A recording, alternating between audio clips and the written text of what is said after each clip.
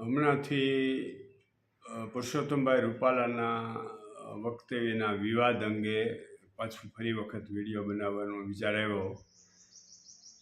એક તો એ સંત કરતાં શ્રેષ્ઠ કોટીની આત્મા છે, કારણ કે મેં 40 વર્ષ સુધી ધ્યાન યોગ તપસ્યા કરી છે ને, એટલે મને ખબર પડે છે કે કોણ સારો માણસ છે, કોણ હરામી છે, પછી સામાજિક હોય, રાજકીય હોય કે ગમે તે હોય. 1995થી હું એનાથી પરિચિત છું. બહુ નિષ્ઠાથી સરસ રીતે રાજકીય ક્ષેત્રમાં કોઈએ ન કામ કર્યું હોય એવું માણસે કામ કર્યું છે. એને બધાએ સપોર્ટ કરવા નીકળી પડવું પડે. એની બદલે જે તે એમ કે ત્યાં અંબાજી વિરોધ કરે છે ક્ષત્રિયો, બધા પાટણમાં નીકળે છે રેલી, ફલાણે ગામ નીકળી છે, નીકળી ગુજરાત સાઈડ અમદાવાદ છે અને ગાંધીનગર છે.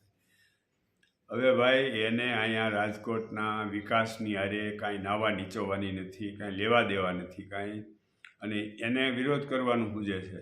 મારી દૃષ્ટિએ રાજકોટ જિલ્લા કે સંસદીય મત વિસ્તારના જે દરબારો છે, ક્ષત્રિયો છે, એ ખૂબ શાણા હોય એવું લાગે છે.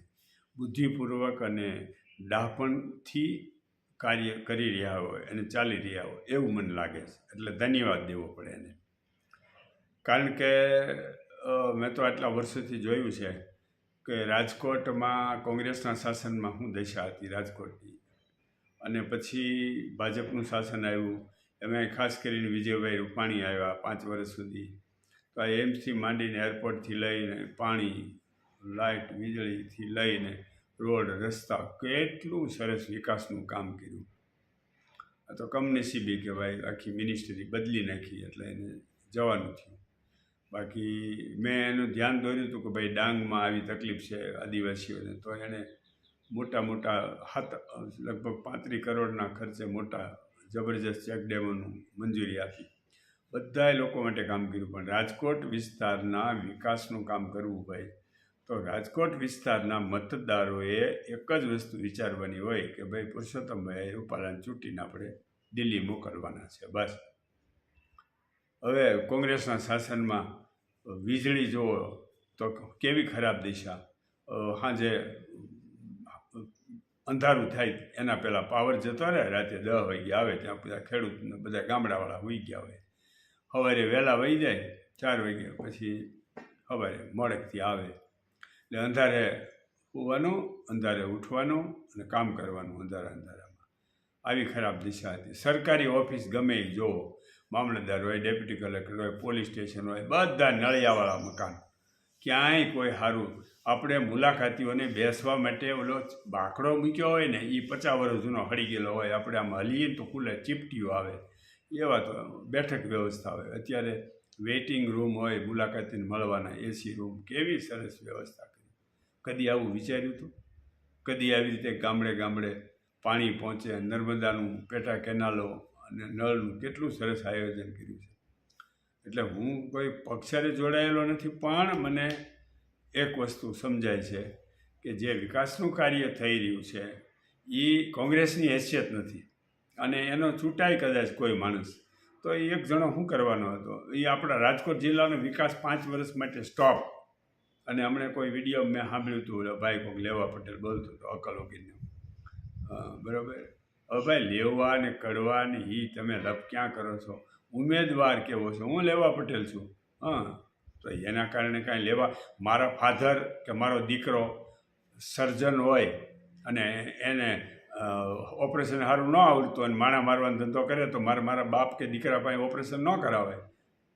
ભલે ને દાંતણવાળો હોય, ઓપરેશન કરનારો સારો, તો એની પાસે કરાવવું પડે ઓપરેશન, સારો ડૉક્ટર હોય તો. એટલે આવું કાંઈ વિચારાય નહીં. એ ટૂંકી બુદ્ધિની વાત છે. અને બીજું કે ગુજરાતમાં તો 25 સીટ આવવાની છે. એક તો એ લોકોએ મેળવી લીધી અને બીજી 25 સીટ આવી જવાની. અને જે એનો આખા દેશનો ટાર્ગેટ છે 370નો, એ પણ સીટો મેળવી લેવાના છે. એ કોંગ્રેસને કાંઈ આઈડિયા એને સમજાય એવો નથી, એ સમજી શકે એવું નથી, કારણ કે સારા માણસોને ઠીક જે હતા એ લગભગ 60-70% બધા કોંગ્રેસવાળાઓ ભાજપમાં જોડાઈ ગયા, ધરાઈ રહ્યા 28-30 વર્ષમાં મથી. તો હવે પછી બીજા લોકો ખાલી ખોટા પૈસા વગાડવાનો ધંધો કરે છે ચૂંટણીમાં. હવે જે લોકો પોતાના ખિસ્સામાંથી ખર્ચ છે ને, એ તો ભૂખ ભેગા થઈ જવાના બિચારા. દયાજનક સ્થિતિ થઈ જાય. કારણ કે હારી તો જવાના જ છે બધાય. એટલે પછી આમ આદમી હોય કે કોંગ્રેસવાળા હોય, ગમે તે હોય. એટલે મહેરબાની કરી અને મેં કીધું એમ રાજકોટના સમજદાર અને પ્રબુદ્ધને ડાયા ગિરાસદારો, ક્ષત્રિયો જે રીતે શાંતિથી બેઠા છે, અને હું તો એવું વિચારું છું કે ફક્ત તમામનો વિચાર કરે. દાખલા તરીકે વચ્ચે મેં સાંભળ્યું હતું કે ભાઈ 18 વરણ અમારી હારે છે. અરે ભાઈ 18 વરણ મૂર્ખા છે તે તમારી આંદોલનમાં ખોટા વિરોધમાં તમારી ભેગા જોડાય. એને બધાને ભાન છે કે ભાઈ આ ખોટું આંદોલન છે, આવું ન કરાય. એ માણસે 2-5 વખત માફી માગી લીધી ને એટલું બધું કાંઈ ખરાબ બોલ્યો નથી. બહુ થઈ ગયું, હદ થઈ ગઈ. બસ હવે તો એક જ વસ્તુ જોવાય કે 5 વર્ષ માટે આપણે એક સારો માણસ રાજકોટ જિલ્લામાં ચૂંટાય, ત્યાં દિલ્હી જાય અને ત્યાં નરેન્દ્રભાઈ સારો એને હોદ્દો આપે અને આપણા રાજકોટ જિલ્લાના વિકાસના બધા કામો થાય, નાના મોટા બધાય. બસ એક જ વસ્તુ વિચારવાની છે. આમાંય ક્યાંય સ્વાર્થનું કે અશુદ્ધ બુદ્ધિથી કાંઈ વિચારવાનો સવાલ આવતો નથી. અને બીજું એક ખાસ કે હું તો મેં કીધું ને કે ભાઈ હું તો 40 વર્ષથી ધ્યાન યોગ તપસ્યા દ્વારા જે મને શક્તિ પ્રાપ્ત થઈ છે, તો મેં જે વલ્લભભાઈનું ખૂન થઈ ગયું, મિનિસ્ટર હતા, એને મેં એના ખૂનના 10 દિવસ પહેલાં એના બંગલે ગાંધીનગર જઈને મારા લેટર પેડ ઉપર લખીને આપ્યું હતું કે તમને 22 નવેમ્બર પહેલાં મારી નાખવાના છે, તો તમે મહેરબાની કરીને પડધરી વિસ્તારમાં જાતા નહીં. અને આ પરિસ્થિતિ મેં મારા સબકોન્શિયસ માઇન્ડને અને મારા યોગ ધ્યાન તપસ્યામાં મેં જોયું છે. તો તમે જો સલામત રીતે રહ્યો તો સારી વાત છે. કારણ કે એ પણ સંતથી શ્રેષ્ઠ અને સનિષ્ઠ માણસ હતા, નોન કરપ્ટેડ અને 18 કલાક કામ કરનારા. પણ એ કોંગ્રેસે જ આયોજન કર્યું હતું.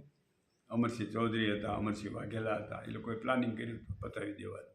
કારણ કે CM થવાની ઉપર હાઈકમાન્ડે ચર્ચા થઈ હતી વલ્લભભાઈ માટે. એટલે જો એને ન પતાવી દે તો એને CM બની જાય તો આ લોકોને તકલીફ હતી. જેમ કોંગ્રેસના રાજમાં પોપટ બાપાને મારી નાખ્યા હતી, એ કોંગ્રેસના ધારાસભ્ય હતા, કલાવાડવાળા બધા એના ધારાસભ્યોને એ લોકોએ પ્લાનિંગ કરી પતાવી દીધા. આવું કોંગ્રેસ કામ કરે છે. હવે એને કેવી રીતે મત આપી શકાય? તો બીજું કે જે મેં વાત કરી વલ્લભ બાપાને મેં લખીને આપ્યું હતું લેટર પેડ ઉપર, એ વખતે વજુભાઈ જાની ગૃહમંત્રી હતા અને એ મારો લેટર પેડ લખેલો જે હતો મારી સહીવાળો એ જાની સાહેબને આપ્યો. પણ એ લોકો કાંઈ વ્યવસ્થા નહીં કરી શક્યા હોય, કારણ કે CMનું પ્લાનિંગ હતું. પછી શું કરે? વિજયભાઈ રૂપાણીને મેં, એ મિનિસ્ટર હતા ત્યારે મેં સરકારી બહુમાળીના એક ઝાડના ઓટલા પર બેસાડીને કીધું હતું. એ આમ પસાર થતા હતા સરકારી બહુમાળીના એક હોલમાંથી નીકળ્યા ત્યારે એ 3 વિભાગના મિનિસ્ટર હતા. મેં કીધું ભાઈ તમે બેસો અહીંયા ઓટલા ઉપર, ભલે કે ધૂળ છે, ભલે બેસી જાઓ. અહીંયા બેસી ગયા અને બીજા બધા લોકો હતા અને દૂર ઊભા રાખ્યા. પછી મેં એને કીધું, મેં કીધું ભાઈ તમે કોઈ બીજાએ ફોટો પાડ્યો હોય ને એ પણ મારી પાસે છે, અને વિજયભાઈ રૂપાણીને પૂછી લેજો. મેં કીધું તમે ચીફ મિનિસ્ટર બનવાના છો અને 6 મહિનામાં, તો મને કે ના એવું કોઈ દી ન બને, તો વાત ન કરતા. અને આનંદીબેનને ખરાબ લાગશે. આનંદીબેન CM હતા. મેં કીધું ખરાબ લાગે સારું લાગે, CM થવાનું છે. એ મેં કીધા પછી 6 ને બદલે 5.5 મહિને CM બન્યા વિજયભાઈ રૂપાણી. તો અહીંયા છે ને, પૂછી લેજો એને. એટલે આવી રીતે જે વસ્તુ જે હું જોઉં છું એ જ બોલું છું, એ જ કહું છું. બરાબર? મેં અગાઉ કીધેલું છે કે ભાઈ હું કોઈ રાજકીય પક્ષ સાથે જોડાયેલો નથી. મારું કાર્યક્ષેત્ર અલગ છે. હું વૃદ્ધાશ્રમ ચલાવું છું, 2 અન્નક્ષેત્ર ચલાવું છું, મારા 2 ડેડ બોડી વાન ચાલે છે. બરાબર? સ્કૂલ 2 છે જેમાં 150 જેટલા બાળકો મફત ભણાવીએ છીએ. અનાથાશ્રમના બધા બાળકોને મફત ભણાવીએ છીએ. અમારે કાંઈ લેવું નથી. અમારે કોઈ સરકાર પાસેથી એવોર્ડ નથી જોતો, ઇનામ નથી જોતું, કાંઈ નથી જોતું. પણ એક મને કેન્દ્ર સરકારથી એક મને નારાજગી થઈ કે કૃષ્ણકુમારસિંહજી ભાવનગરના મહારાજાને ભારત રત્ન, હું એ વિશ્વ રત્ન ગણો ને તો એવો કોઈ માણસ ન મળે. મારા ફાધર મને કહેતા હતા ત્યારે હું નાનો હતો, મને કે આ છે ને જન્મથી મહાન હોય ને એને મહાપુરુષ કહેવાય, કે દેવતા કહેવાય, કર્મથી મહાન હોય એને મહાપુરુષ કહેવાય. એમાં આ એવી વ્યક્તિ છે કૃષ્ણકુમાર સિંહજી. અને એને ભારત રત્ન દેવામાં સરકારે શેના માટે ડિલે કરવાનું? કહેવું પડે કાંઈ? બહુ ખરાબ કહેવાય. હાલીમા વાલી જેવા લોકોએ મેં એવોર્ડને ભારત રત્ન લઈ લીધેલા મેં જોયા છે. તો આ એક મારી અંદરની દિલની વ્યથા હતી એટલે મેં કીધી. કારણ કે હું કોઈનું ગમે એ હોય, પાર્ટી પક્ષ જે મને સાચું લાગે એવું કહેતો હોઉં છું. સમાજ ગમે તે હોય, મારા સિવાય કોઈ આવો મારા જેવો વિડીયો કોઈ બનાવીને મૂકતા પણ નહીં હોય. કારણ કે એ નમાલી પ્રજા છે એટલે કાંઈ બીજું વિચારી ન શકે. તો આ રીતે ખાસ છેલ્લે ફરી વખત બધાને હું કહું છું, અને ખાસ ક્ષત્રિયોને કે કાળજી રાખી અને બધાય પુરુષોત્તમભાઈ રૂપાલાને મદદ કરે, વિશાળ દિલ રાખીને, કે ભાઈ આપણે રાજકોટ જિલ્લાનું પ્રતિનિધિત્વ કરતી વ્યક્તિને ખૂબ જ તે ડબલ વોટથી ચૂંટાવવા છે એ સંકલ્પ કરી. અને મેં તો જોઈ લીધેલું છે એટલે મેં કહી દીધું છે, એટલે મેં ચેલેન્જ આપી હતી. એટલે ખોટા પૈસા બગાડવા, ખોટા વોટ બગાડવા, કચરા ટોપલીમાં નાખવા વોટ, એની કરતાં રાઈટ જગ્યાએ વોટ જાય તો બધાને ફાયદો થશે. સમાજ અને રાષ્ટ્રના બધાના હિતમાં છે.